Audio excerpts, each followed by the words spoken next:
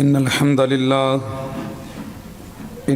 لله نحمده ونستعينه ونستغفره ونعوذ بالله من شرور أنفسنا ومن سيئات أعمالنا من يهده الله فلا مضل له ومن يضلل فلا هادي له أشهد أن لا إله إلا الله وحده لا شريك له وأشهد أن محمدا عبده ورسوله يا أيها الذين آمنوا اتقوا الله حق تقاته ولا تموتن إلا وأنتم مسلمون يا أيها الناس اتقوا ربكم الذي خلقكم من نفس واحدة وخلق منها زوجها وبث منهما رجالا كثيرا ونساء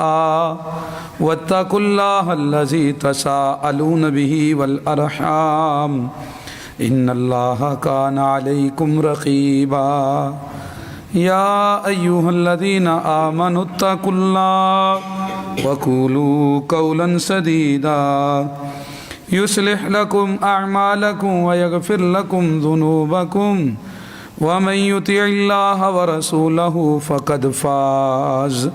فقد فاز فوزا عظيما أما بعد فإن خير الحديث كتاب الله وخير الهدي هدي محمد صلى الله عليه وآله وسلم وشر الأمور محدثاتها وكل محدثة بدعة وكل بدعة ضلالة وكل ضلالة في النار أعوذ بالله من الشيطان الرجيم من همزه ونفخه ونفسه قال الله تبارك وتعالى في القرآن المجيد والفرقان الحميد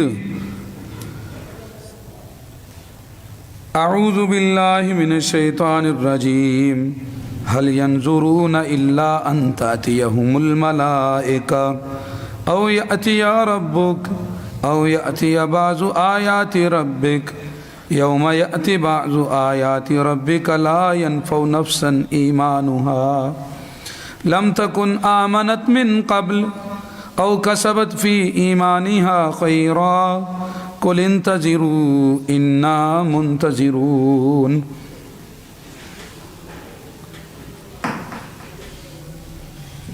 السلام علیکم ورحمۃ اللہ وبرکاتہ۔ محترم بھائیوں، قابل احترام ساتھیوں، بزرگوں،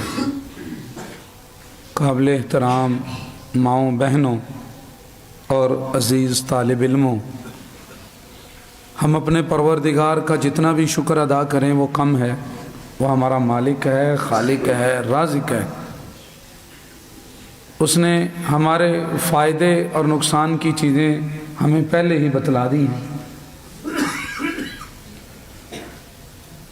ہمارا خطبات کا سلسلہ علامات قیامت کے اوپر جاری ہے۔ آج جو چیز آپ کے سامنے میں بیان کرنے والا ہوں وہ ہے دجال کا تذکرہ۔ دجال ایک اٹل حقیقت ہے اور بہت بڑا فتنہ ہے، بہت خطرناک معاملہ ہے۔ اس کے اندر دو تین بنیادی چیزیں سمجھنے والی ہیں۔ سب سے پہلے ایک موضوع ہے ابن سیاد کے متعلق۔ نبی کریم صلی اللہ علیہ وآلہ وسلم کے زمانے کے اندر ہی آپ کے دور میں مدینے کے اندر یہودیوں کے گھر بچہ پیدا ہوا تھا۔ اس میں دجال کے اوصاف تھے بہت زیادہ۔ آپ علیہ السلام کو بھی یہی شک تھا کہ وہی دجال نہ ہو۔ اصحاب رسول قسمیں کھاتے تھے اس کے بارے میں۔ ایک تو ٹاپک اس کے متعلق ہے جسے ابن سیاد کہتے ہیں۔ دوسرا اس کے بعد پھر جو بڑا دجال ہے قیامت کے قریب آئے گا وہ کس علاقے سے ظاہر ہوگا اس کی علامتیں کیا ہوں گی، اس کا حلیہ کیا ہوگا، اس کے پاس جو فتنے ہوں گے وہ کس طرح کے ہوں گے، وہ کہاں پہ مرے گا، کتنی دیر رہے گا، کون اسے مارے گا، اور کیا دنیا میں وہ فساد برپا کرے گا، یہ سارا موضوع اس کے متعلق ہے۔ اور پھر تیسرا موضوع دجال کے ساتھ جو قتال اور جہاد ہوگا، جب اس کے ساتھ یہودی کھڑے ہوں گے تو پھر عیسیٰ ابن مریم کا نزول ہوگا اور وہ آخری اختتامی جنگ ہوگی۔ یہ دجال کے ساتھ یہ تین چیز ٹاپک تعلق رکھتے ہیں۔ ان میں سے پہلے کے اوپر ہم آج گفتگو کریں گے، ابن سیاد کے اوپر۔ قرآن پاک میں اللہ تعالیٰ نے اس دجال کے فتنے کی طرف اشارہ کیا ہوا ہے۔ سورہ الانعام کی آیت نمبر 158 میں اللہ تعالیٰ نے ارشاد فرمایا، هل ينظرون الا ان تأتيهم الملائکہ، یہ لوگ انتظار کر رہے ہیں کہ ان کے اوپر فرشتے آ جائیں اللہ کا عذاب لے کر، کیونکہ یہ ایمان نہیں لا رہے۔ او یأتی ربک، یا تیرا رب آئے ان کے پاس، او یأتی بعض آیات ربک، یا تیرے رب کی کچھ نشانیاں ان پر ظاہر ہو جائیں۔ یوم یأتی بعض آیات ربک، جب تیرے رب کی کچھ آیات خاص نشانیاں ظاہر ہو جائیں گی تو پھر یاد رکھنا، لا ينفع نفسا ایمانھا، پھر کسی کو ایمان لانا فائدہ نہیں دے گا۔ لم تکن آمنت من قبل، جو پہلے ایمان نہیں لایا، او کسبت فی ایمانھا خیرا، جب اس نے اپنے ایمان میں کوئی خیر اور بھلائی نہیں کمائی، تو پھر اللہ تعالیٰ نے فرمایا قل انتظروا انا منتظرون، اے پیارے محبوب آپ انہیں کہو کہ تم بھی انتظار کرو اور ہم بھی انتظار کر رہے ہیں۔ یہ جو آیت ہے اس میں اللہ تعالیٰ نے فرمایا کہ بعض نشانیاں میری آئیں گی قیامت سے پہلے، اس وقت پھر کسی کو ایمان فائدہ نہیں دے گا۔ اس آیت کی تفصیل جناب محمد نبی کریم صلی اللہ علیہ وآلہ وسلم نے فرمائی۔ صحیح مسلم شریف میں 158 نمبر پہ روایت ہے، آپ علیہ الصلوۃ والسلام نے فرمایا ثلاثن، تین ایسی چیزیں ہیں لوگوں یاد رکھ لینا، اذا خرجنا، جب وہ ظاہر ہو جائیں گی، تین علامتیں، لا ينفع نفسا ایمانھا، پھر کسی کو ایمان فائدہ نہیں دے گا۔ لم تکن آمنت من قبل، جس نے پہلے ان نشانیوں سے پہلے جو ایمان نہیں لایا، اب اس وقت اس کا ایمان اسے فائدہ نہیں دے گا۔ او کسبت فی ایمانھا خیرا، آپ نے آیت کا یہ ٹکڑا پڑھا اور فرمایا وہ تین نشانیاں ہیں، اور فرمایا وہ تین یہ ہے، ایک طلوع الشمس من مغربها، جب سورج مغرب سے طلوع ہو جائے گا، دوسرا والدجال، دوسری چیز دجال ہے، اور تیسری چیز آپ نے فرمایا دابۃ الارض، زمین سے ایک جانور نکلے گا لوگوں سے باتیں کرے گا۔ جب یہ تین علامتیں آ جائیں گی پھر اس وقت کسی کو ایمان لانا فائدہ نہیں دے گا، کیونکہ وہاں اس وقت فتنہ ہی اتنا ہوگا، ایمان پھر بندے کا اس کے اوپر اثر نہیں کرے گا۔ نبی کریم صلی اللہ علیہ وسلم نے میرے بھائیوں یہ جو ارشاد فرمایا، آیت کی تفصیل میں آپ نے فرمایا کہ دجال بھی ان میں سے ایک اٹل حقیقت ہے کہ جس کے ظہور کے وقت آپ کا ایمان آپ کو نہیں بچائے گا، تو اس کا تذکرہ ہم کر رہے ہیں۔ اس میں سب سے پہلے جو میں نے آپ کے سامنے رکھی ہے بات، وہ ہے ابن سیاد، غور سے سننے والی بات ہے۔ نبی کریم صلی اللہ علیہ وسلم کے زمانے کے اندر یہ بچہ پیدا ہوا یہودیوں کے گھر، نام تھا اس کا عبداللہ بن سیاد، ابن سیاد اور ابن سعید کے نام سے مشہور تھا، لقب تھا اس کا صافی اور صفی بھی اسے کہا جاتا تھا۔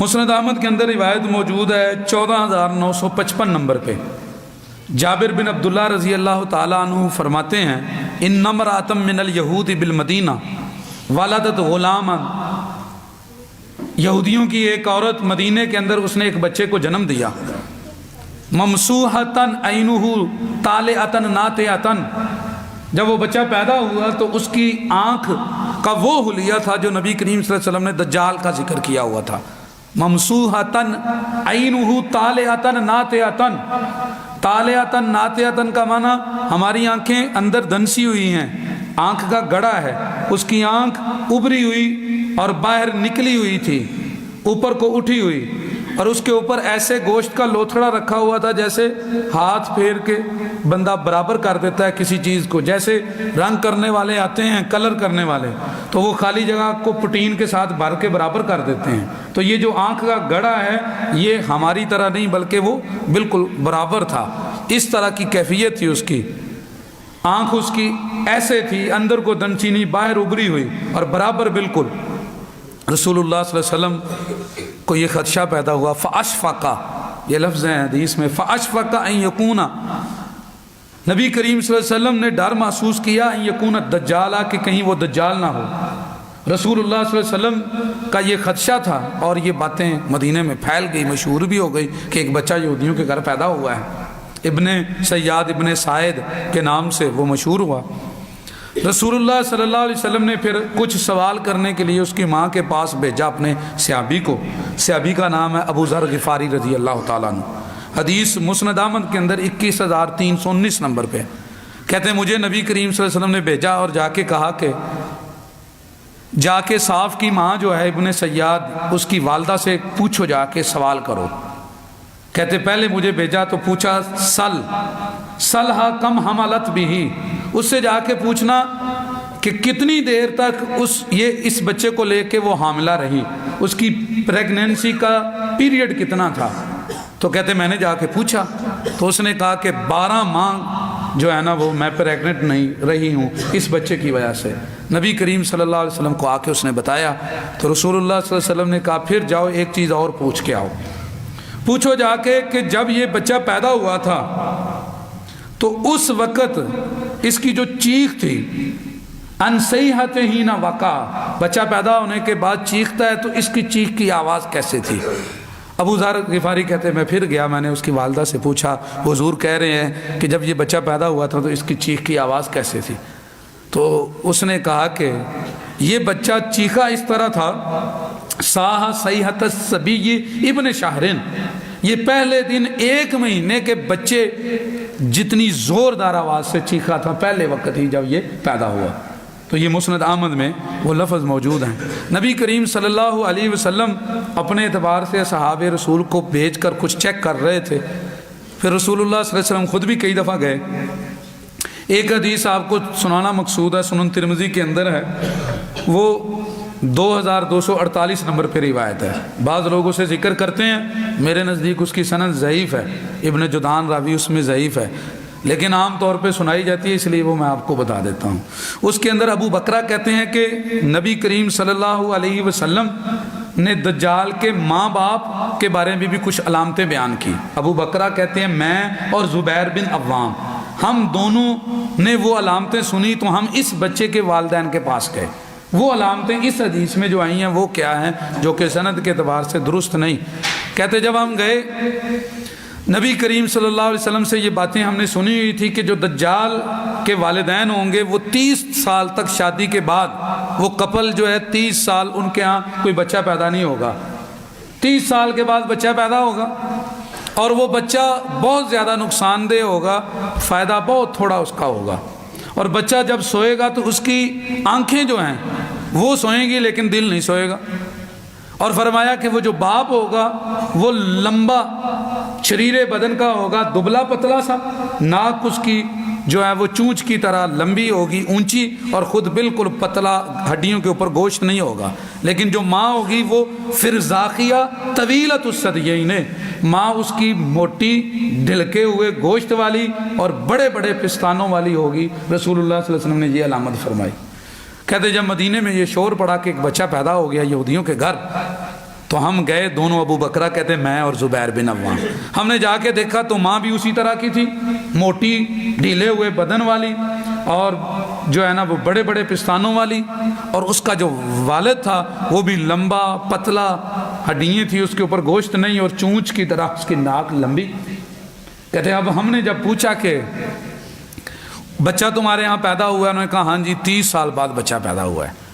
تو کہا کہ کیا صورتحال ہے؟ کہا بہت نقصان دہ ہے، فائدہ کوئی نہیں اس کا۔ یہ ساری علامتیں پوری ہوئی تو کہتے ہم گئے تو وہ بچہ باہر دھوپ کے اندر زمین پہ لیٹا ہوا تھا، تو ہم نے پیچھے، ابو بکرہ کہتے میں نے اور زبیر بن عوام نے کچھ باتیں کی، تو اس کے پاس گئے تو وہ اٹھا، تو ہم نے کہا تم نے ہماری باتیں سن لی ہیں؟ کہتا ہاں سن لی ہیں۔ اس کا تیور محسوس ہوا، کہتے وہ کیسے، تو سو رہا تھا؟ اس نے کہا میری آنکھیں سوتی ہیں، دل نہیں سوتا۔ تو یہ حدیث سنن ترمذی میں ہے، عموماً محدثین اسے ذکر بھی کرتے ہیں، سند یہ میرے نزدیک درست نہیں، اس لیے میں نے اس کی وضاحت کر دی ہے۔ نبی کریم صلی اللہ علیہ وسلم کی بتائی ہوئی بہت ساری علامتیں اس کے اندر تھی، یہ بات حقیقت ہے۔ رسول اللہ صلی اللہ علیہ وسلم نے اس کو چیک کرنے کے لیے اس کے ساتھ رسول اللہ صلی اللہ علیہ وسلم نے مکالمہ کیا۔ پہلے تو آپ نے اس کے ساتھ ڈیبیٹ کی اور گفتگو ہوئی، وہ گفتگو بھی بڑی مزیدار ہے، آپ غور کریں اس کے اوپر کہ وہ کیسی باتیں ہو رہی تھی۔ صحیح بخاری شریف میں 1354 نمبر پہ وہ قصہ موجود ہے۔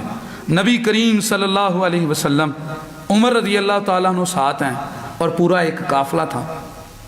آپ علیہ الصلوۃ والسلام جو ہے وہ گئے، مدینہ کے اندر ایک محلہ ہے بنو مغالہ، اس بنو مغالہ کے ایک اونچی جگہ تھی بلند، وہاں پہ بچے کھیل رہے تھے، وہاں یہ بھی کھیل رہا تھا۔ رسول اللہ صلی اللہ علیہ وسلم اپنے ساتھیوں کے ساتھ گئے، پورا ایک گروپ بن کے، تو آپ علیہ الصلوۃ والسلام اس کے قریب پہنچے۔ وقد قارب ابن سیاد الحلم، اس وقت وہ بلوغت کے قریب تھا، 15 سال سے نیچے 10 سال کے اوپر یہ اس کی عمر تھی۔ نبی کریم صلی اللہ علیہ وسلم نے جا کر اس کو جو ہے حتیٰ ضربہ بیدہی، اپنا ہاتھ اسے مارا، فلم یشعر، اسے نہیں پتہ چلا، محسوس نہ ہوا، کیونکہ رسول اللہ صلی اللہ علیہ وسلم آہستہ آ کے فوراً آپ نے اس کو ہاتھ لگایا، اس کا منہ دوسری طرف تھا، اور ساتھ ہاتھ مار کے کہا تشہدو انی رسول اللہ، تو گواہی دیتا ہے کہ میں اللہ کا رسول ہوں؟ یہ بات پوچھی اسی بچے سے جس کا یہ ہم تذکرہ کر رہے ہیں، ابن سیاد یا ابن سعید۔ اس بچے نے نبی کریم صلی اللہ علیہ وسلم کی طرف دیکھا، تو جب آپ کی طرف دیکھا تو اس نے کہا اشہد انک رسول الامیین، میں گواہی دیتا ہوں تم امیین کے رسول ہو، اللہ نے تمہیں ان امیین کا رسول بنایا ہے۔ جب اس نے یہ بات کہی تو ساتھ اس نے بھی ایک نبی کریم صلی اللہ علیہ وسلم کو سوال کر دیا، کہنے لگا تشہد انت انی رسول اللہ، کیا آپ بھی گواہی دیتے ہو کہ میں اللہ کا رسول ہوں؟ نبی کریم صلی اللہ علیہ وسلم نے فرفضہ، لفظ ہے بخاری کے فرفضہ، اس سوال سے اعراض کر دیا، نہ اس کا انکار کیا نہ اقرار کیا، بلکہ ایسے جملے بولے جو مبہم ہوتے ہیں۔ آپ نے فرمایا آمنت باللہ و رسولہ، میں اللہ پر اس کے رسولوں پر ایمان رکھتا ہوں۔ اس کے سوال میں آپ نے یہ جواب دیا۔ اور سنن ترمذی کے اندر 2247 نمبر جو حدیث ہے اس میں یہ لفظ ہیں کہ نبی کریم صلی اللہ علیہ وسلم نے فرمایا آمنت باللہ و ملائکتہ و کتبہ و رسلہ والیوم الآخر، 5 لفظ بولے نبی کریم صلی اللہ علیہ وسلم نے اس موقع پہ، لیکن اس سوال سے اعراض کر دیا اور اس کو اگنور کر دیا رسول اللہ صلی اللہ علیہ وسلم، نہ انکار کیا اور نہ اقرار کیا، اور مطلق بات کر دی میں اللہ کے سارے رسولوں پر ایمان رکھتا ہوں۔ اس کے بعد رسول اللہ صلی اللہ علیہ وسلم نے اس سے کچھ کویسچن کیے کہ میں اس کی حقیقت کو تو جانوں، وہ جاننا چاہتے تھے کہ یہ کیا چیز ہے۔ رسول اللہ صلی اللہ علیہ وسلم نے اس سے کہا کہ یہ بتا ماذا ترا، تو دیکھتا کیا ہے، تجھے کیا چیزیں نظر آتی ہیں؟ اس نے کہا یاتینی صادق و کاذب، میرے پاس جو چیزیں آتی ہیں خبر لے کر، ان میں کوئی ایسا ہے جس کی بات سچی ہوتی ہے، کچھ ایسے ہیں جن کی بات جھوٹی ہوتی ہے۔ اور یہ ایک جگہ پہ اس نے یہ کہا ہے، سنن ترمذی میں یہ لفظ ہے 2247 پر، اس نے کہا کہ میرے پاس 2 جھوٹے یا 1 سچا آتا ہے، یا 2 سچے اور 1 جھوٹا آتا ہے۔ اور اسی طرح مسند احمد میں 14955 نمبر پہ یہ لفظ ہے، اس نے کہا کہ میں جو دیکھتا ہوں وہ سچ بھی ہوتا ہے، حق بھی اور باطل بھی، چیزیں میرے پاس آتی ہیں کچھ اور آ کے مجھے خبریں غیب کی ملتی ہیں، لیکن وہ پوری سچی نہیں ہوتی، سچی بھی ہوتی ہیں اور جھوٹی بھی ہوتی ہیں۔ نبی کریم صلی اللہ علیہ وسلم کے اس سوال کا اس نے یہ جواب دیا۔ رسول اللہ صلی اللہ علیہ وسلم نے پھر اس سے 2-3 سوال کیے، اس میں سے اب آپ اس کا امتحان لے رہے ہیں کہ جب اس کے پاس کوئی چیز آتی ہے تو میں اسے پوچھوں۔ آپ علیہ الصلوۃ والسلام نے کہا اسے انی خبأت لک خبیئا، میں نے تیرے لیے اپنے ذہن میں کچھ لفظ سوچے ہیں۔ تو تو بتا کہ میں نے کیا سوچا ہے۔ چاہ رہے ہیں کہ یہ دجال ہے کہ نہیں، کیونکہ شور ہے اور اس میں دجال کی علامتیں ہیں، لوگ پریشان ہیں کہ دجال ہے یہ۔ کہا بتا میرے ذہن میں کیا ہے۔ بخاری شریف میں ایک ہی چیز ہے، مسند احمد کے اندر اس کی وضاحت ہے 21,319 نمبر پہ کہ نبی کریم صلی اللہ علیہ وسلم نے 2 چیزیں ذہن میں رکھی، اور وہ ایک چیز پوری اور دوسری چیز جو تھی اس کا کچھ لفظ لے آیا محمد رسول اللہ صلی اللہ علیہ وسلم کے برین کے اندر سے، نبی کریم صلی اللہ علیہ وسلم کے دماغ سے وہ چیز لا کر اس نے بتا دی۔ آپ نے کہا میں نے ذہن میں کچھ رکھا ہوا ہے، بتا کیا ہے۔ تو رسول اللہ صلی اللہ علیہ وسلم نے ایک تو قرآن پاک کی آیت ذہن میں رکھی مسند احمد میں جو 2 چیزیں ہیں، اور ایک رسول اللہ صلی اللہ علیہ وسلم نے کسی مٹیالی بکری کو دیکھا، مٹیالے رنگ کی، اس کی ناک کو دیکھا تو وہ ذہن میں خاکہ دیا۔ تو اس نے کہا آپ نے اپنے ذہن میں ختم شاتن افراء، مٹیالے رنگ کی بکری کی تھوتنی، آپ کے ذہن میں یہ خاکہ اس وقت چل رہا ہے، اور ودخ، اور وہ بولنا چاہا دخان لیکن وہ پورا نہ بول سکا، کہا اور دوسرا دکھ آپ ذہن میں پڑھ رہے ہیں۔ تو نبی کریم صلی اللہ علیہ وسلم نے اس وقت اپنے ذہن کے اندر جو چیز رکھی تھی وہ ابو داؤد میں 4329 نمبر پہ ہے۔ نبی کریم صلی اللہ علیہ وسلم نے اپنے ذہن میں یہ آیت بٹھائی ہوئی تھی یوم تأتی السماء بدخان مبین۔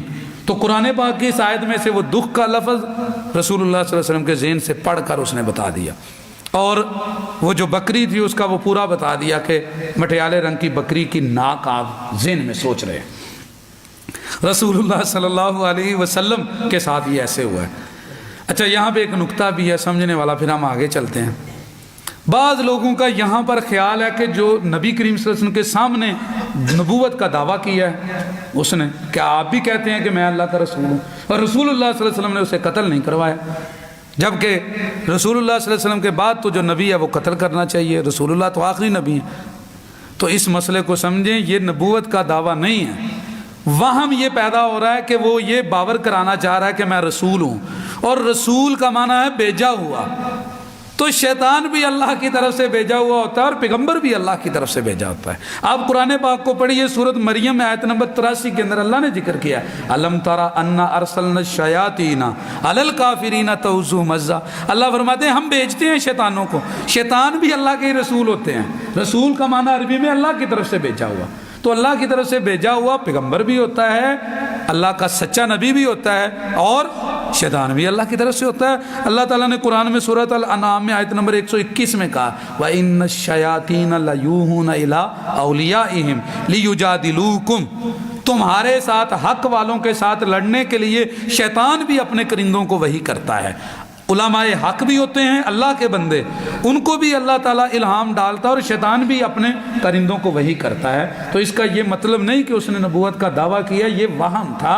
باقی رسول کا معنی اور نبی کے معنی میں فرق ہے۔ رسول کا معنی بھیجا ہوا، تو شیطان بھی اللہ ہی بھیجتے ہیں، قرآن میں اللہ تعالیٰ نے ذکر کیا ہے۔ یہ شبہ ایسے ہی لوگوں نے پیدا کیا ہوا ہے۔ نبی کریم صلی اللہ علیہ وسلم نے اس ملاقات میں اس سے اور بھی جو سوال کیے تھے وہ بھی صحیح مسلم میں 2925 نمبر پہ روایت ہے۔ یہ 2 سوال ہوئے، اس کے بعد ایک اور سوال ہوا۔ آپ نے کہا ما ترا، اور بتا کیا دیکھتا ہے؟ اس نے کہا ارا عرشن علی البحر، مجھے سمندر کے اوپر عرش سجا نظر آتا ہے۔ اب یہ وہ تاکید ہو رہی ہے نا، کیونکہ حدیث میں ہے کہ نبی صلی اللہ علیہ وسلم نے فرمایا شیطان عرش کے لگاتا ہے کدھر؟ سمندر کے اوپر۔ تو میں نے آیت بھی پڑھی، شیطان وہی بھی کرتا ہے اپنے کرندوں کی طرف۔ اس نے کہا میں نے دیکھا ہے۔ رسول اللہ صلی اللہ علیہ وسلم نے پھر بولے لفظ، وہ صحیح مسلم میں 2925 نمبر پہ آپ نے کہا ترا عرش ابلیس علی البحر، تو ابلیس کا تخت تجھے نظر آ رہا ہے، وہ ابلیس تیری طرف وہی کرتا ہے اور تیری طرف کرندے بھیجتا ہے۔ ایک یہ سوال ہوا۔ ایک اور سوال کیا اس سے نبی کریم صلی اللہ علیہ وسلم نے، 2928 نمبر مسلم میں وہ موجود ہے۔ نبی کریم صلی اللہ علیہ وسلم نے پوچھا ما تربت الجنت، یہ بتا کہ جنت کی مٹی کیسی ہے۔ اب سوال کی نوعیت پہ غور کریں، دنیا کے اعتبار سے بکری کا خاکہ ذہن میں رکھا، وہ اس نے بتا دیا۔ قرآن پاک کی آیت میں سے تھوڑا سا لفظ اس نے بتایا، پوری آیت نہ بتا سکا۔ اس کے بعد اس کے پاس آنے والے جو تھے ان کی کیفیت اور کیا وہ دیکھتا ہے یہ بتایا اس نے۔ پھر نبی صلی اللہ علیہ وسلم نے اس سے جنت کے بارے میں پوچھا.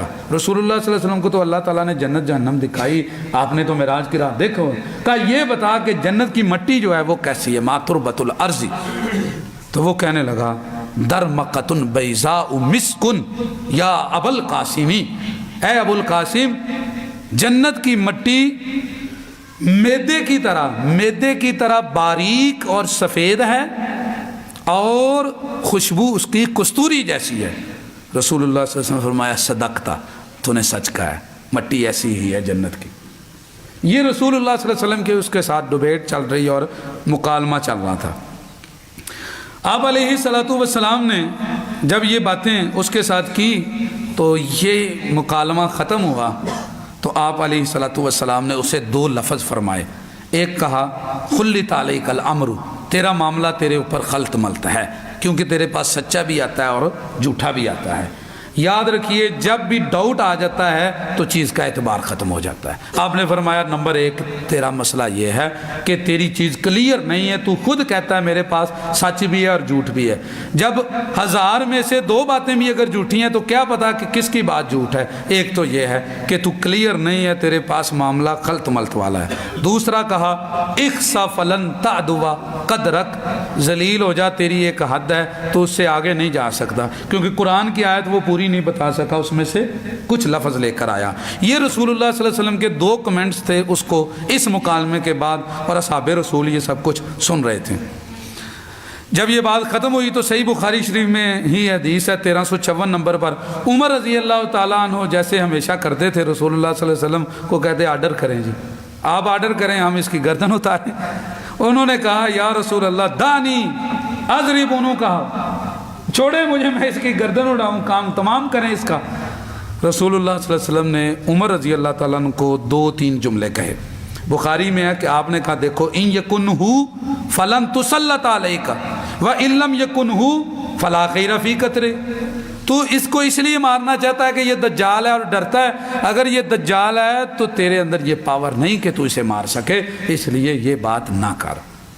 اگر تو یہ دجال ہے تو تو مار نہیں سکتا, اور اگر یہ دجال نہیں ہے تو مارنے کا فائدہ کیا, کیونکہ یہ ایک ذمی ہے اور بچہ ہے, ہم نہیں قتل کریں گے اسے. دونوں صورتوں میں قتل نہیں ہو سکتا ہے. رسول اللہ صلی اللہ علیہ وسلم نے سمجھایا انہیں. اور مسند احمد میں 14955 نمبر پہ ہے رسول اللہ صلی اللہ علیہ وسلم نے 2 لفظ کہے, کہا عمر دیکھو اگر تو یہ دجال ہے تو اسے مارنے والا کوئی نہیں ہے سوائے عیسیٰ ابن مریم کے. عیسیٰ ابن مریم اسے مار سکیں گے, امام مہدی کی بس ہو جائے گی. امام مہدی علیہ السلام جب آئیں گے جہاد بہت کریں گے, لیکن دجال کے سامنے طاقت ختم ہو جائے گی ان کی. پھر اللہ تعالیٰ ان کی مدد کے لیے تقویت کے لیے بھیجیں گے کن کو, عیسیٰ ابن مریم کو. فرمایا یہ تم نہیں مار سکتے. تو پھر اور ساتھ کہا کہ اگر یہ وہ نہیں ہے تو ہم ایک ذمی کا بچے کو, مسلمان جو مسلمانوں کے معاشرے میں رہ رہے ہیں ضمانت کے ساتھ, یہودی ان کے بچوں کو کیسے قتل کریں.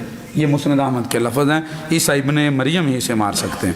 کیونکہ صحیح بخاری میں حدیث ہے 3166 نمبر پہ رسول اللہ صلی اللہ علیہ وسلم نے فرمایا جس نے کسی ذمی کو قتل کیا وہ جنت کی خوشبو نہیں پائے گا. یہاں پہ مسلمانوں کو قتل کیا جا رہا ہے. اگر کسی نے کسی کافر کو بھی مسلمانوں کے علاقے میں جو امان سے رہ رہا ہے, مسلمانوں نے جس کو پاسپورٹ دیا ہوا ہے, اگر کسی نے قتل کیا تو وہ کبھی جنت کی خوشبو نہیں پائے گا. اس لیے رسول اللہ صلی اللہ علیہ وسلم نے روک دیا. جب یہ گفتگو رسول اللہ صلی اللہ علیہ وسلم کی ہوئی, یہ سارا معاملہ, اس کے بعد نبی کریم صلی اللہ علیہ وسلم کو یہ جو تھا دل کے اندر تھا میں اسے واضح کروں کہ یہ کون ہے. رسول اللہ صلی اللہ علیہ وسلم نے پھر 3-4 کوششیں کی. صحیح بخاری میں 1355 نمبر پہ بھی موجود ہے کہ رسول اللہ صلی اللہ علیہ وسلم صحابہ کو ساتھ لے کے گئے. اس میں ابی بن کعب بھی تھے, وہ بھی اس گروپ میں موجود تھے. کہتے ہم گئے نبی کریم صلی اللہ علیہ وسلم کے ساتھ, اور اس وقت ایک چادر کے اندر ابن سیاد لیٹا ہوا تھا, تو کوئی اشارے کر رہا تھا اور گنگنا رہا تھا. دور سے ہمیں سمجھ آ رہی تھی کہ جیسے وہ اشارے کر رہا ہے اور بول رہا ہے. رسول اللہ صلی اللہ علیہ وسلم درختوں کے پیچھے پیچھے چھپ کے جا رہے تھے. کہا کہ میں ابھی پتہ کرتا ہوں کہ یہ جو اسے بتانے والا ہے وہ کون ہے اور یہ کیا کہہ رہا ہے. لیکن جو ہی رسول اللہ صلی اللہ علیہ وسلم اس کے قریب ہونے لگے, اس کی ماں نے آواز دے دی. اس نے کہا صاف ھذا ابو القاسم, ابو القاسم آ گئے ہیں, محمد صلی اللہ علیہ وسلم. تو وہ فوراً خاموش ہو گیا، چادر سے باہر نکلا۔ نبی کریم صلی اللہ علیہ وسلم نے فرمایا اگر یہ چھوڑ دیتی تو آج اس کا بیت کھل جانا تھا، یہ کیا ہے؟ پھر نبی کریم صلی اللہ علیہ وسلم نے اس کے علاوہ کوشش کی۔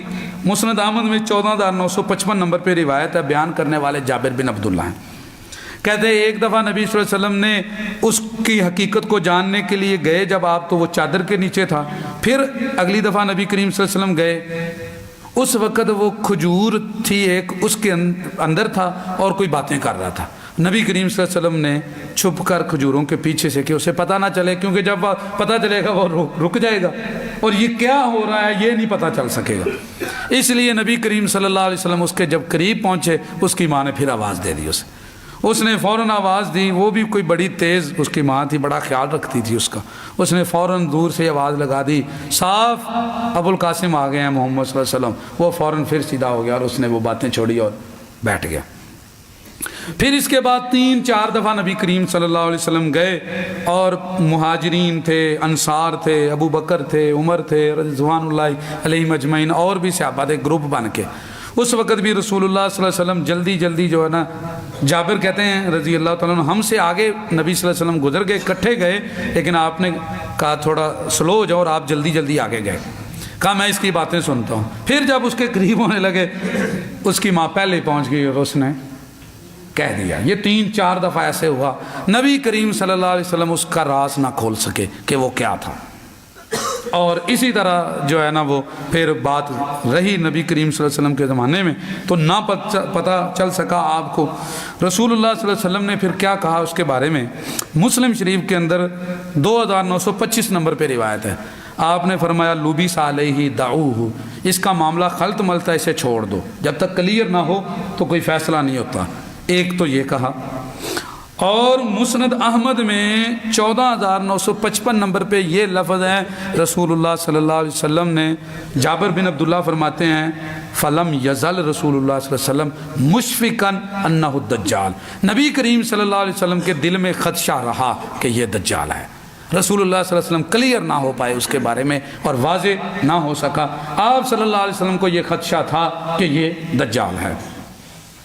اور مسند احمد کی بعض روایتوں میں یہ بھی ہے کہ فرمایا اس کے شر سے اللہ سے پناہ مانگا کرو، اور نبی کریم صلی اللہ علیہ وسلم کے ساتھ معاملہ یہاں تک تھا۔ رسول اللہ صلی اللہ علیہ وسلم دنیا سے چلے گئے اور جابر کہتے ہیں ہمیشہ آپ کے دل میں آخری دم تک یہ خدشہ تھا کہ شاید کہ یہ دجال ہے، پر جتنی کوشش کی اس کو وہ کلیئر نہ ہو سکا، کچھ چیزیں نشانیاں پوری ہوئی۔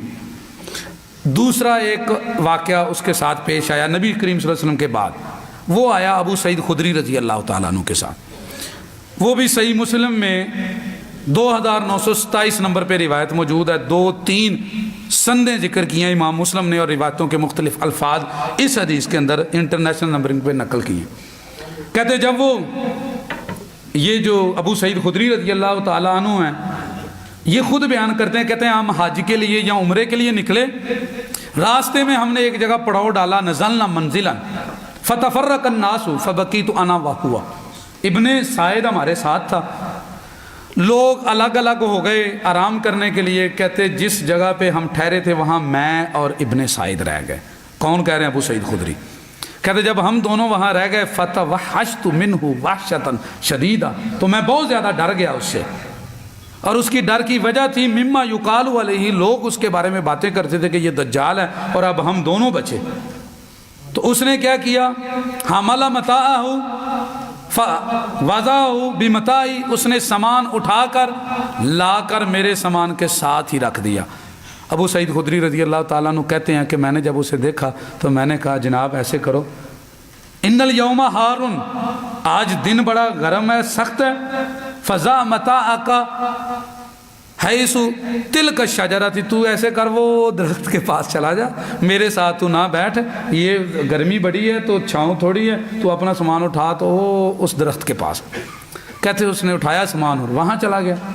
اب وہاں پہ گیا تو بکریوں کا ایک ریوڑ آیا، اس نے وہاں پہ بڑا پیالہ پکڑا، بکریاں اس کے اندر اس کا دودھ دھویا اور لا کر مجھے جو ہے نا کہنے لگا ابا سعید اشرب، ابو سعید پی لو۔ کہتے اب میں اس کے ہاتھ سے تو کچھ نہیں لینا چاہتا تھا، میں نے تو پہلے اسے دور بھگایا، ڈر رہا تھا کہ دجال نہ ہو۔ کہتے میں نے اسے کہا کہ نہیں جی آج موسم گرم ہے تو دودھ بھی گرم ہے، کوئی ٹھنڈی چیز پہ دل کرتا ہے، یہ میں نے نہیں پینا۔ تو میں نے پھر اس کو انکار کر دیا۔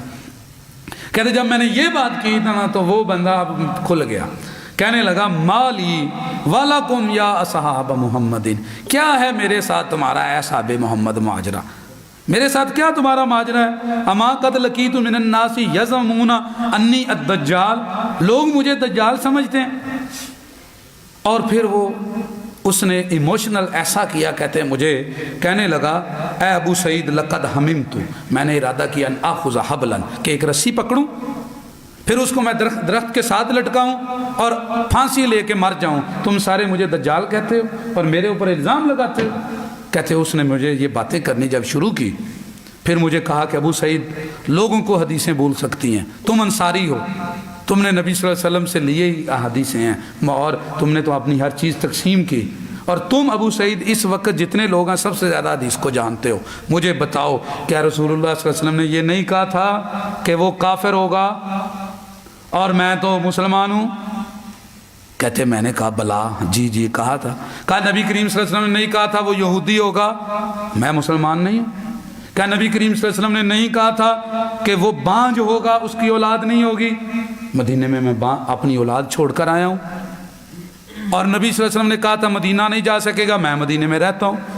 نبی کریم صلی اللہ علیہ وسلم نے کہا تھا مکے داخل نہیں ہو سکے گا، میں مکے تمہارے ساتھ حج کرنے جا رہا ہوں۔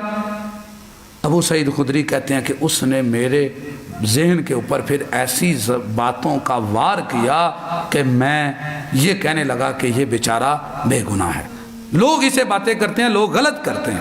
اس نے ایسے دلائل دیے احادیث رسول سے، کہتے جب اس نے اتنی دلیلیں دی تو میں سمجھ گیا کہ یہ بندہ بے گناہ ہے، اور اس کی بات کا اثر اس کی باتوں کا ابو سعید خدری رضی اللہ عنہ کی باڈی پہ آ گیا، اور انہوں نے اس کو ایکسیپٹ کر لیا کہ یہ بے گناہ ہے۔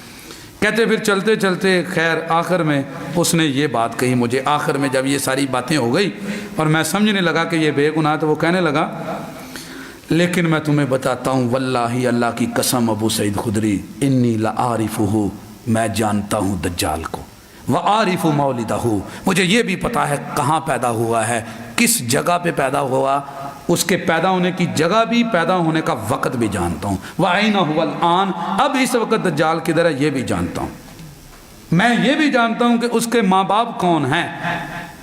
جب اس نے یہ کہا نا تو ابو سعید خدری کہتے ہیں میں نے کہا تبًا لَكَ سَائِرَ الْيَوْمِ، افسوس ہو تیرا بیڑا تڑ جائے، سارا دن مجھے یہ کہتا رہا میں دجال نہیں، آخر میں تو نے پھر وہی بات کر دی۔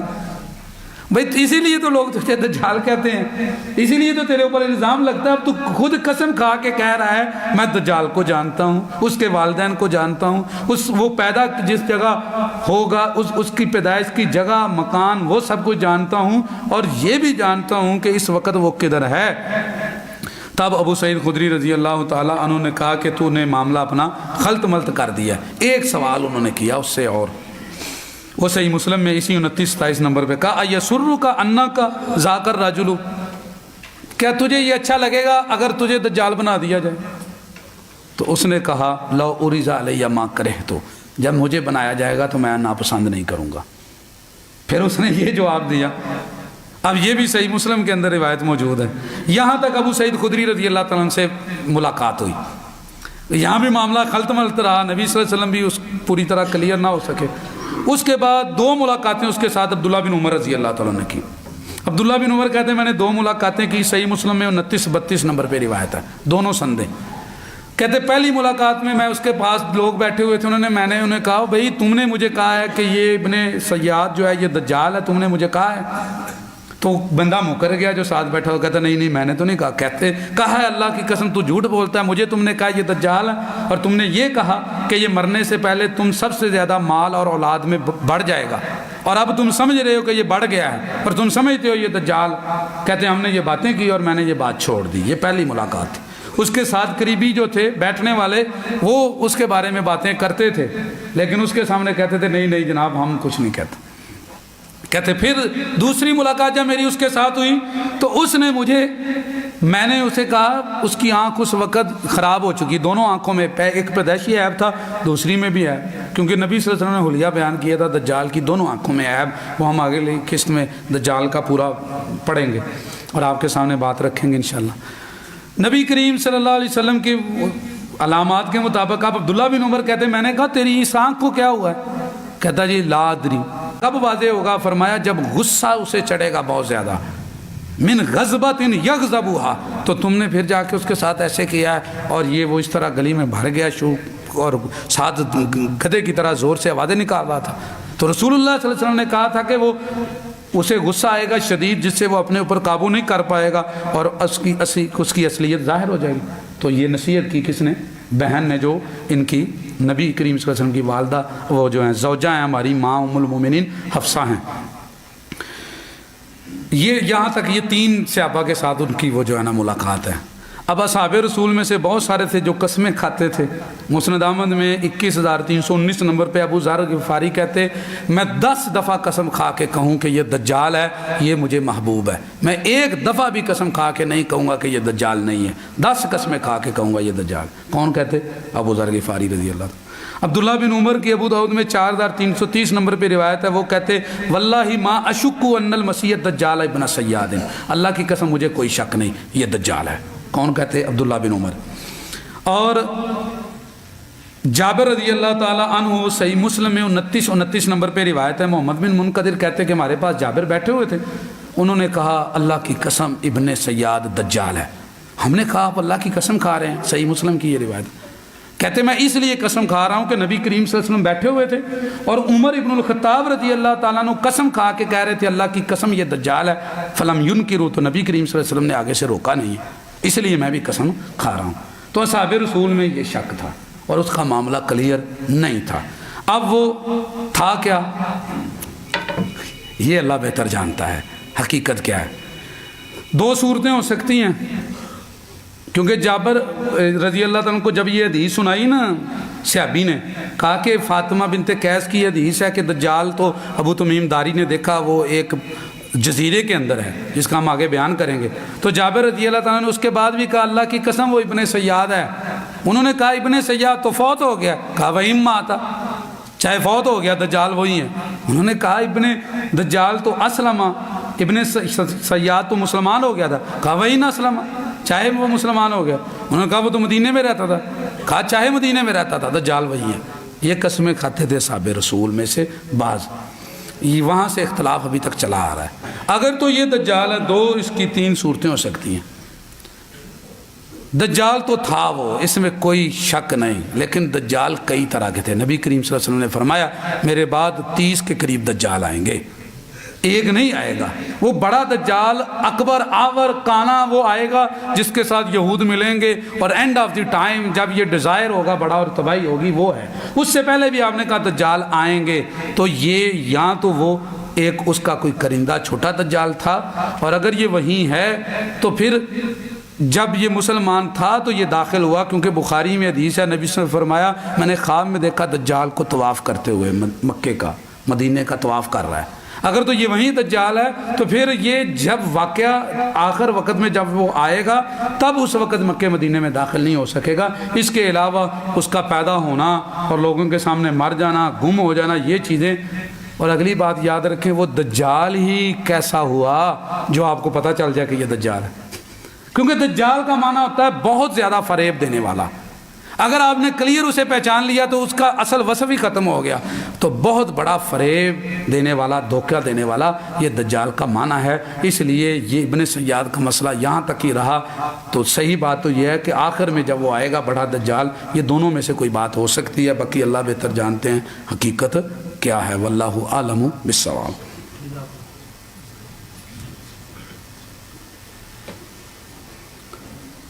ان الحمد للہ نحمده ونستعینه ونستغفره ونعوذ باللہ من شرور انفسنا ومن سیئات اعمالنا من يهده الله فلا مضل له ومن يضلل فلا هادي له اشهد ان لا اله الا الله وحده لا شريك له واشهد ان محمدا عبده ورسوله يا ايها الذين امنوا اتقوا الله حق تقاته ولا تموتن الا وانتم مسلمون يا ايها الناس اتقوا ربكم الذي خلقكم من نفس واحده وخلق منها